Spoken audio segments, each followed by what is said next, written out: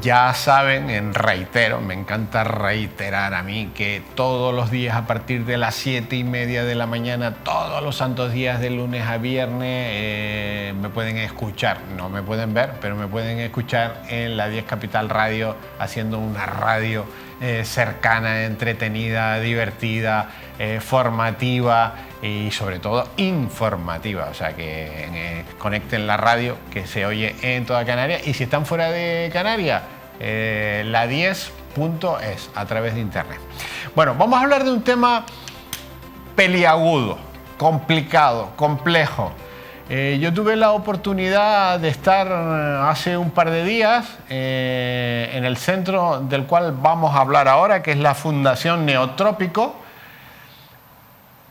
y me fui con mal sabor de boca, pero no por la fundación, ojo, no por la fundación, que lo hacen perfectamente, sino porque creo que algo está fallando en esta sociedad cuando hay cientos y miles de animales exóticos que no están permitidos, que están prohibidos y que están en nuestra sociedad. Me fui con mal sabor. Yo digo, algo no estamos haciendo bien, no estamos transmitiendo. Los padres no están transmitiendo adecuadamente a sus hijos que las tortuguitas esas de agua, que valen nada y que las ponen en una pecera de plástico con una palmerita, después se hacen así, y cuando se hacen así de grandes, no sabemos qué hacer con ellas. Y las tiramos a los barrancos, o a la charca, o a los jardines por ahí del vecino, y tiene que venir una asociación que se llama la Fundación Neotrópico, que es como un lugar de custodia de todos estos animales, que está en Tenerife, pero que es la única fundación que hay en toda Canarias. Hoy está con nosotros Jaime de Urioste, que es el presidente. Jaime, me fui con mal sabor de boca. Es comprensible, porque la verdad es que estamos acostumbrados a esa visión bucólica de la naturaleza y no nos damos cuenta de que cuando tenemos el capricho de capturarlas y llevarlas a cautividad, muchos de ellos son animales que no han pasado las generaciones que han pasado, por ejemplo, los perros o los gatos, para adaptarse a vivir con el ser humano. Pero entonces han sido secuestrados. Jaime, ¿cómo puede haber gente que tenga cocodrilos en sus casas? ¿Cómo puede haber? Es que yo he estado dándole vuelta, cocodrilos de 3 metros en la casa. Bueno, pues desgraciadamente está esa afición, esa fascinación, y cuando esa fascinación pasa de una cuestión racional a algo irracional, pues encontramos situaciones como esta. Y serpientes de 4 o 5 metros, boas, que son peligrosas, que se pueden comer a un niño además. Bueno, a partir de 2 metros se considera que las serpientes constrictoras tienen capacidad de matar a una persona adulta, ¿no? Sí, cuando encontramos una serpiente de 3 o 4 metros, a lo mejor no puede tragarse a un hombre porque serían necesarios muchos más metros, pero desde luego son potencialmente peligrosas y no son buenas mascotas. ¿Y zorro? ¿Quién puede tener un zorro en Canarias? No, 1, 3 zorros tienen ustedes ahí. ¿Cómo puede ser? Pues es la misma situación. O sea, es gente que con una idea equivocada piensa que es original, que es bonito, que es glamuroso tener este tipo de animales, y no se dan cuenta que son animales que tienen unas necesidades que muy difícilmente pueden proporcionárseles en cautividad, y bueno, después acaban ocasionando problemas y bueno, pues acaban bajo nuestra custodia. Jaime, ¿y ya murciélagos? ¿Quién tiene murciélagos en casa? Pues es lo mismo, o sea, ese afán de tener algo raro, algo que nadie tiene, ser más original que nadie, y no se dan cuenta, por ejemplo, del enorme riesgo potencial que suponen los murciélagos desde el punto de vista de transmisión de enfermedades. Y a las pruebas me remito, estamos ahí con el SARS-CoV-2 reciente, pero antes de eso, el ébola, el marburgo, o sea, hay muchísimas enfermedades infecciosas que utilizan a los murciélagos como hospedadores intermediarios. Mira, ¿cómo se crea Neotrópico? Porque nos remontamos a 1988, ustedes estudiantes de biología. ¿Por qué se unen? Pues mira, es totalmente correcto. En el 88, la que actualmente es mi esposa y desde aquella época pues mi compañera de experiencia vital, éramos estudiantes de biología, de la especialidad de zoología en la Universidad de La Laguna, y trabajábamos mucho con el estudio del comportamiento animal, que es la etología, bajo condiciones controladas. Entonces empezamos con unas pequeñas instalaciones donde manteníamos estos animales para nuestras investigaciones, siempre no traumáticas, no invasivas, pero que nos servían para conocer un poco más el funcionamiento de estos animales y con toda esa información aplicarla a la conservación de especies amenazadas. Las autoridades empezaron a dejar bajo nuestra custodia animales que eran confiscados, que no había lugares apropiados donde mantenerlos, o los parques zoológicos no resultaban interesantes, o simplemente no tenían conocimiento sobre estos animales, y empezaron a depositarlos. Y en el 91 nos constituimos ya a nivel de la Consejería de Ganadería como núcleo zoológico, y el volumen de animales que nos iban trayendo las autoridades en el año 2000 era tan grande que decidimos transformarnos en una fundación, ¿no? Bajo el protectorado de fundaciones del Ministerio a nivel estatal. Y ustedes ahora tienen ámbito internacional. Claro, nuestro trabajo más importante se hace a nivel local, pero eso no quita que a petición, a demanda de autoridades europeas, pues echemos una mano siempre lo que podemos, ¿no? Entonces tenemos animales recogidos en Bélgica, en Holanda, a nivel peninsular, bueno, a nivel de toda Europa, en Suiza. Colaboramos mucho con otras entidades similares a la nuestra, siempre asesorando o intentando pues echar una mano lo que podemos. Y tienen animales que han sido capturados en redadas de las policías pertinentes porque están prohibidos.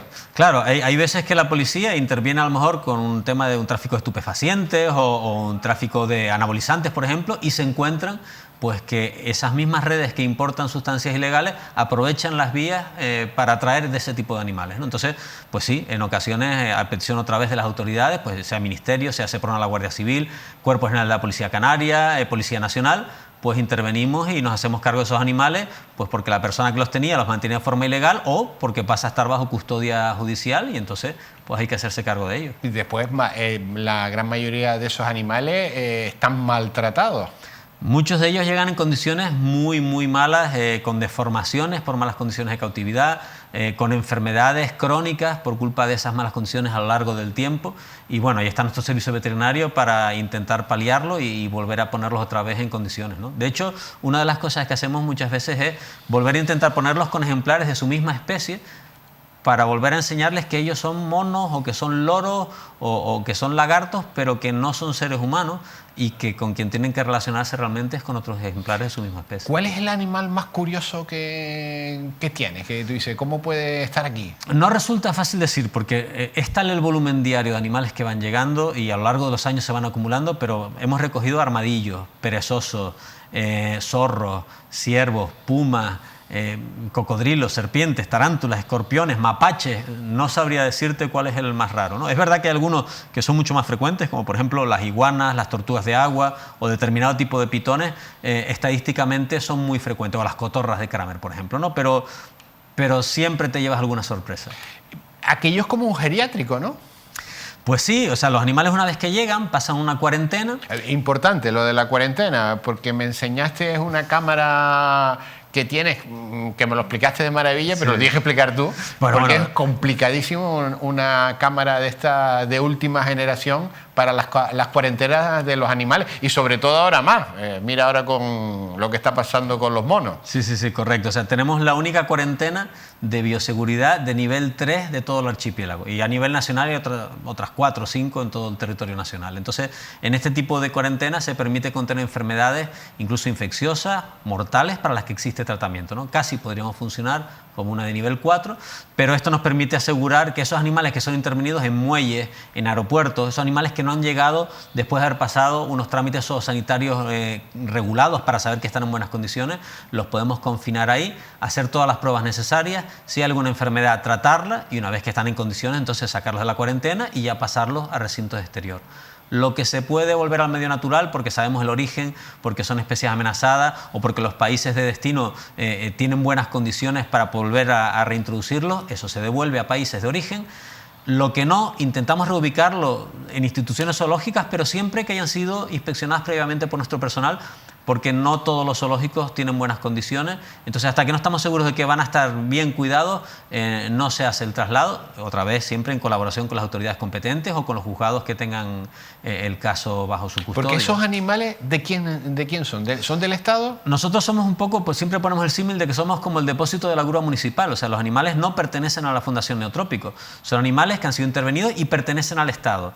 En ocasiones llegan animales de particulares que los tenían de forma legal y los depositan voluntariamente. Entonces esos animales, pues sí, la propiedad se transfiere a la fundación, pero en realidad nosotros ni comercializamos ni reproducimos, porque no entendemos que un animal que no vaya a volver al medio natural... No se puede visitar tampoco, claro, el centro, porque... No, exactamente. O sea, muchos de estos animales han pasado historias muy duras. Tenemos animales, por ejemplo, que vienen de laboratorios, de experimentación, otros vienen de circo, incluso tenemos un ejemplar que viene de un prostíbulo. Son animales con historias muy duras y bueno, la presencia de gente los pone muy nerviosos. Me llamó la atención, Jaime, que todos tienen un nombre, ¿eh? Y los conoces a todos, ¿eh? Sí, hombre, para serte sincero, hay más de 600 tortugas de agua dulce. Ahí ya sí me pierdo un poquito. Y lo de las tortugas, que todas lo no. de las tortugas me dejó impresionado. Sí. Impresionado porque las tortugas se hacen así de grandes, ¿eh? Se hacen muy grandes y si están en buenas condiciones pueden vivir más de 30 años. Entonces, esas tortugas que se compran así y al mes o a los 2 meses han muerto, es claramente responsabilidad nuestra, ¿no? Ya. Entonces, sí, a esos animales más singulares, evidentemente les tenemos todos nombres puestos. Muchas veces vienen con su nombre cuando son intervenidos o cuando son depositados por los particulares, y muchas veces el personal o los voluntarios de la fundación pues le ponen nombre. Tenemos, por ejemplo, a mí me gusta mucho este nombre porque hace mucho alusión a la especie. Tenemos un animal que es una tortuga, que el nombre científico es Geosemis grandis, y los voluntarios le llaman Josemi. Entonces la Geosemi se ha transformado en Josemi. Tortugas de tierra también tiene la Intemerata. Pues sí, desgraciadamente son tortugas que se compran pequeñitas y muchas veces no se explica que son animales que llegan a pesar 50 o 60 kilos, donde evidentemente es muy difícil ponerlas. No sirven para un balcón, no sirven para una terraza ni para una azotea. Son animales que deberían tener decenas de metros disponibles, con sol, con sombra. Muchos animales necesitan el sol directo para poder estar en buenas condiciones, poder metabolizar la vitamina A y D3 y poder fijar el calcio. Y cuando están sometidos a condiciones de cautividad en sombra o con iluminación inapropiada, acaban deformándose y teniendo enfermedades metabólicas óseas que, bueno, que acaban dándoles una calidad de vida muy mala o incluso pues produciendo la muerte. Hay un avestruz también. Tenemos un emú que es, bueno, es el pariente australiano de los avestruces, se llama Lily, y bueno, también... ¿Y quién tenía un avestruz aquí? Pues mira, procedía de una familia que la tenía en La Esperanza, en una finca. Ya no se pudieron seguir haciendo, por cuestiones de salud, cargo de ella y solicitaron nuestra ayuda y nos desplazamos, la capturamos, que no fue fácil, por cierto, porque estaba suelta por la finca, y ahora pues vive con nosotros encantada de la vida y muy feliz. Jaime, hay muchos animales peligrosos allí, ¿eh? Pues sí, o sea, la gente de forma irresponsable se salta la normativa. Hay un decreto que es el 30 de 2018, que es el que regula la tenencia de animales potencialmente peligrosos en Canarias, y desgraciadamente mucha gente no lo conoce o simplemente lo conoce y lo ignora. Y sí, hay gente que tiene escorpiones, hay gente que tiene serpientes venenosas, hay gente que tiene cocodrilos o caimanes, como comentaba, primates que están totalmente prohibidos. O sea, bueno, son animales que desde luego no deberían estar en cautividad en manos de particulares. ¿Tú los tratas a todos? O sea... Tenemos un servicio veterinario, yo soy biólogo, mi esposa también, es zoóloga también. Tenemos más zoólogos, más biólogos, y tenemos un servicio veterinario que es el que se encarga de las cuestiones sanitarias, ¿no? Nosotros nos encargamos sobre todo... Pero hay que entrar en las jaulas esas para limpiarlas, para darle claro. de comer y... Claro. De hecho, impartimos junto con el Servicio Canario de Empleo del Gobierno de Canarias un programa formativo que se llama PEFAE, que es un programa de formación en alternancia con el empleo, donde durante 11 meses alumnos y alumnas prácticamente de cualquier edad vienen, se forman como cuidadores de animales salvajes, de parques zoológicos, de acuarios, de centros de recuperación de fauna, y después de 11 meses salen con un certificado de profesionalidad del Ministerio que les habilita para trabajar en este tipo de instituciones a lo largo de Europa o en cualquier lugar. Mira, Jaime, ustedes empezaron con dinero propio. Sí. De hecho, tuvieron que medio embargarse para poder sacar adelante este proyecto, ¿no? Sí, la verdad es que cuando empezó a crecer el número de animales, al principio era una cosa muy sostenible, pero al final acabó siendo realmente un agujero donde no hacíamos sino meter dinero, ¿no? Ahora, afortunadamente, gracias a las subvenciones del Ministerio, de la Fundación Biodiversidad, del MITECO, del Gobierno de Canarias, de cabildos insulares como el de Tenerife o el de La Gomera, y de distintos ayuntamientos como el de Santa Cruz, La Laguna, Los Realejos. Bueno, son entidades que apoyan y con eso cubrimos aproximadamente un 70% de los gastos de funcionamiento. El otro 30% se saca de trabajos que se hacen para la administración, el desarrollo de normativa, en ciclos formativos, en cursos que impartimos a las fuerzas de seguridad de las administraciones públicas a través de la Academia Canaria de Seguridad o directamente al SEPRON, a la Guardia Civil, por ejemplo. Y entonces, bueno, pues este tipo de formaciones nos ayudan a cubrir ese 100% y después una pequeña cantidad, lo que falta hasta llegar a ese 100%, pues se cubre con donaciones, ¿Los ciudadanos pueden participar? Sí. ¿Pueden ser socios de esta fundación? Hay varias formas. Hay una forma muy sencilla que además es muy cómoda que se llama el teaming. El teaming es, pones €1 al mes, o sea, es como si nos invitaran a café una vez al mes, al año son 12 euros nada más, y todo ese dinero, el 100% va al mantenimiento de las instalaciones y de los animales bajo nuestra custodia. Bueno, hay que decir que eso, yo estuve hace un par de días, se queda pequeño. Sí. Y se queda pequeño por culpa de que estamos metiendo un montón de animales en Canarias que no les corresponde estar aquí y alguien los tiene que recoger. Claro, o sea, tenemos una política de sacrificio cero. ¿Qué significa eso? Que como encima cuidamos muy bien los animales, no se mueren o se mueren muy poco. Entonces esos animales llegan en condiciones pésimas, pero se van mejorando y después tenemos animales que pueden vivir 50, 70 o más de 100 años, como algunas de las tortugas. Hay que darles de comer. Claro, el mantenimiento es continuo. Entonces, hay que hacerles las revisiones veterinarias. Exacto. Etcétera. Y eso cuesta dinero. Cuesta dinero y afortunadamente ahora hemos dotado las instalaciones con una pequeña clínica veterinaria que tiene su quirófano, con lo cual ya no tenemos externalizado ese servicio, sino que nuestros propios veterinarios actúan y además vienen veterinarios y biólogos de muchísimas universidades, no solamente canarias, sino europeas, con las que tenemos convenio, a formarse como especialistas en animales exóticos y después regresan a sus países. Son un ejemplo ustedes, de verdad. Son un ejemplo digno de conocer. Te lo agradezco, pero ya siempre lo comento, o sea, este tipo de cosas tendría mucho mérito si no nos gustara el trabajo que hacemos, ¿no? Y yo debo reconocer que aunque a veces terminas agotado, psicológicamente es devastador porque vemos circunstancias muy duras, vidas muy difíciles, gente muchas veces que quiere a sus animales pero que simplemente por desconocimiento, por falta de información, no sabe en qué berenjenal se han metido. Pero después es tan gratificante cuando llega, por ejemplo, un loro que lleva no sé cuántos años encadenado una patita a una percha con las alas atrofiadas y después de unos meses, a veces incluso un año o dos, acaba volando dentro de los aviarios. Es muy agradable. O sea, es muy agradable ver que esos animales, sin poder recuperar libertad, porque ya no están en condiciones para volver al medio natural, por lo menos pueden desarrollar una vida un poco más normal, o sea, un poco más natural. Jaime, me llamó mucho la atención también las medidas de seguridad que hay en el recinto.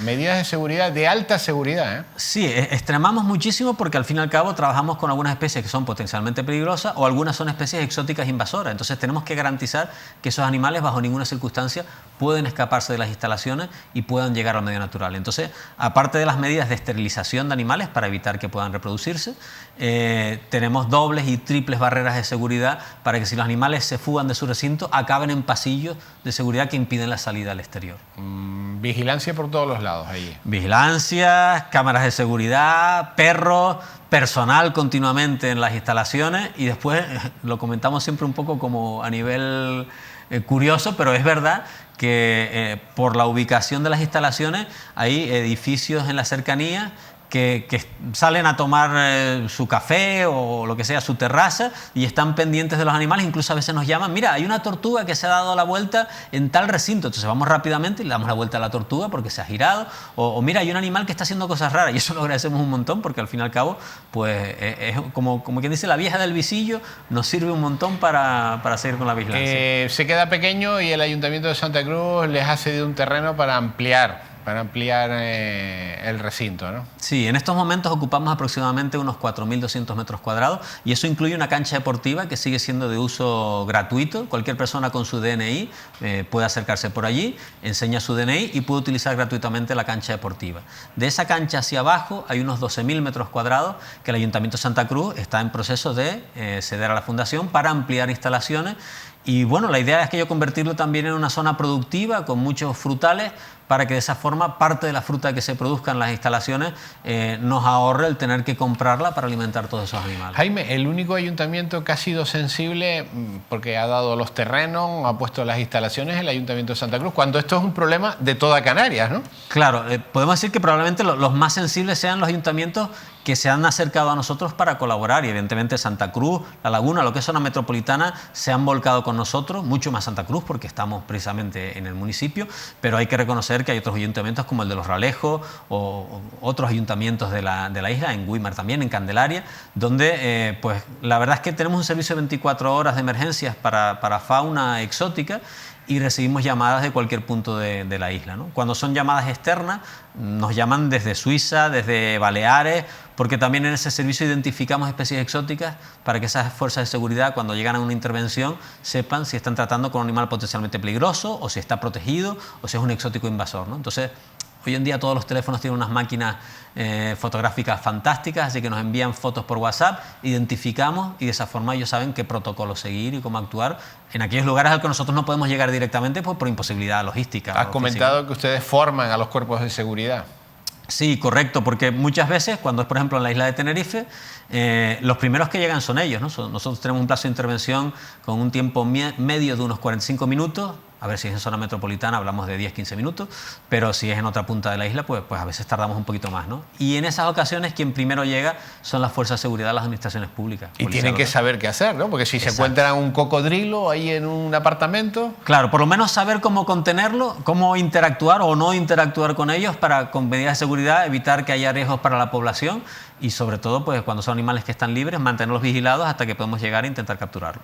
¿Tienen águilas? En estos momentos hay 8 aguilillas de Harris aparecidas en distintos lugares, y bueno, algunas también procedentes del aeropuerto, de las que se utilizan para espantar aves y evitar colisiones con aviones, que ya se retiraron porque son aves muy viejitas, muy ancianas, que de hecho habían estimado que vivirían unos pocos meses más, y eso fue hace 4 años, o sea que siguen con nosotros, y una de ellas, una hembra, está poniendo huevos que evidentemente no permitimos que se desarrollen, pero tiene un ciclo casi completo vital natural. De verdad, son un ejemplo, pero claro, me preocupa que no haya conciencia, que no haya educación, que los padres sigan comprando esas tortuguitas de agua o de tierra, que los padres sigan comprando esas serpientes, y que al final la serpiente se hace grande o se hace peligrosa, o el animal o el mono que ataca a la persona en un momento dado lo tengan que abandonar, soltar o maltratar, ¿no? Desde luego una asignatura pendiente es la educación ambiental, y estamos haciendo muchísimos esfuerzos, por ejemplo, junto con el Gobierno de Canarias, la Consejería de Educación y distintos cabildos insulares e incluso algunos ayuntamientos también. El Ayuntamiento de La Orotava, por ejemplo, colabora mucho con nosotros, y tenemos un proyecto que consiste en desplazar personal a los centros de formación, a lo que son centros de educación infantil y primaria o educación secundaria obligatoria, donde hacemos actividades presenciales y transmisiones por videoconferencia con las instalaciones del Centro de Recuperación de Fauna de la Fundación Neotrópico, o incluso en parques públicos, donde ayudamos a los chicos y a las chicas a identificar especies exóticas para que nos avisen: mira, están apareciendo cotorras en este sitio, están apareciendo, mira, hemos visto una iguana aquí o una serpiente aquí. Esas primeras intervenciones son imprescindibles. Mira, las serpientes en Gran Canaria, la invasión de serpientes... es incontrolable ya. A estas alturas ya sí. En el año 98 empezaron a aparecer los primeros ejemplares. Se podía haber hecho algo cuando todavía eran pocos. Ahora mismo se estima que hay más de 40.000 serpientes en Gran Canaria. 40.000 serpientes. A pesar de que cada año se capturan 1.000 y pico, 2.000. ¿Son peligrosas? Para el ser humano no. O sea, no hay que crear alarma social, pero hay que reconocer que ambientalmente son devastadoras. 40.000 serpientes allí en Gran Canaria. Y además imagínate esas serpientes comiendo lagartos, lisas, perenquenes, pajaritos. O sea, a nivel ambiental produce un desequilibrio brutal, porque esos animales nativos... ¿Y quién trajo la serpiente? Pues probablemente algún coleccionista, y se le escaparon, o se aburrió de ellas, y en distintos puntos de la isla de Gran Canaria fueron apareciendo. No hay depredadores, hay buen clima, hay refugio y hay muchísima comida, entonces es el caldo perfecto para una tormenta ideal, ¿no? Entonces, pues tenemos una situación ahora muy difícil de controlar, y estamos rezando para que este tipo de animales no aparezcan en otras islas y acaben causando problemas en otras islas, ¿no? ¿Solo están en Gran Canaria? Con poblaciones reproductoras sí, pero aquí en Tenerife hemos cogido en los últimos 10 años pues 8 o 10 ejemplares. 8 o 10 ejemplares. De gente que se trae. O sea, que si hay 8 o 10 debe haber muchas más. Bueno, afortunadamente no hay poblaciones reproductoras, como digo. O sea, aparece uno, vamos rápidamente para allá, e intentamos capturar, y hasta que no lo capturamos pues no descansamos, ¿no? A veces recuerdo por ejemplo un caso de una iguana que abandonaron en una zona norte de la isla y tardamos casi 2 años en poder capturarlo, ¿no? Pues la acabamos capturando, o sea que bueno, ahí al final ya quedó controlado. Claro, la moda de tener iguanas también en las casas, las iguanas se hacen enormes, además muchas de ellas son agresivas. Claro, cuando las venden así pequeñitas parece que es un animal muy simpático, muy agradable, pero al crecer los machos se vuelven muy territoriales, dan coletazos, arañan, muerden y acaban reclamando incluso pues, una zona del piso o de la casa como suya, ¿no? Entonces cualquiera que se acerque acaba recibiendo un coletazo o una mordida, ¿no? Algunos ejemplares son muy tranquilitos, pero la gran mayoría desarrollan estos comportamientos agresivos porque es la forma en la que ellos se transforman en libertad. ¿Cómo podemos saber como ciudadanos o como padres cuáles son los animales que sí debemos tener en casa y cuáles son los que no debemos tener? Bueno, la verdad es que hay mucha normativa, pero desgraciadamente poca gente se lee todos los días el Boletín Oficial del Estado o el Boletín Oficial de Canarias para ver cómo va cambiando esto, ¿no? Y los listados de especies permitidas y de especies prohibidas se van modificando a medida que el comercio pues va cambiando, ¿no? Entonces, lo mejor es asesorarse en las administraciones públicas, que son los que saben exactamente qué animales se pueden y cuáles no, ¿no? Está pendiente de salir una normativa, que es la Ley de Protección Animal, y esto probablemente dará un marco legislativo que encorsete mucho más qué es lo que se puede y qué es lo que no. Felicidades, enhorabuena, gran trabajo, de verdad, gran trabajo y además un trabajo silencioso, porque ustedes no hacen mucho ruido. No, intentamos volcarnos en lo que es resolver los problemas y las medallitas que se las cuelguen otros. O sea, bueno, nosotros, pero nuestro trabajo si no existieran ustedes... Pues si no existiéramos nosotros, todos esos animales serían sacrificados y nosotros entendemos que es una cuestión totalmente ética, totalmente particular o moral, como la quieras llamar. Legalmente es una opción el sacrificio, pero nosotros entendemos que animales que están sanos o animales que no son los culpables de estar aquí, son culpa del capricho humano, no hay por qué estarlos sacrificando, siempre y cuando hay instalaciones donde se puedan mantener en buenas condiciones de cautividad, bien cuidados y bien custodiados a lo largo de toda su vida. Jaime, transmite mi felicitación y la felicitación de esta casa a todo tu equipo, que tienes un equipazo de lujo, por el trabajo que hacen, por el capricho de algunos ciudadanos en meter especies que ni van ni vienen, ¿no? Exacto. Felicidades a tu equipo. Muchísimas gracias. Gran trabajo, buen trabajo además. Gracias. Bueno, nosotros nos vamos. Ya saben que si quieren saber algo más de la Fundación Neotrópico hay una página web donde todo lo explica. Además, cómo se pueden hacer miembros de esa fundación o cómo pueden hacer donaciones, que es importante. A ver si las administraciones se implican más y a ver si formamos más y educamos más a la ciudadanía para saber que hay muchos animalitos de estos que no se pueden tener en casa o muchos de ellos que están prohibidos. Bueno, yo he visto allí cocodrilos de 2 metros y pico. A ver, ¿quién tiene un cocodrilo en su casa? Pues hay gente que tenía cocodrilo y bueno, y serpientes de esas que se tragan a un niño unas cuantas. ¡Ay, cuánto tenemos que aprender! Bueno, nos vamos. Gracias por estar ahí y nos vemos en el próximo programa.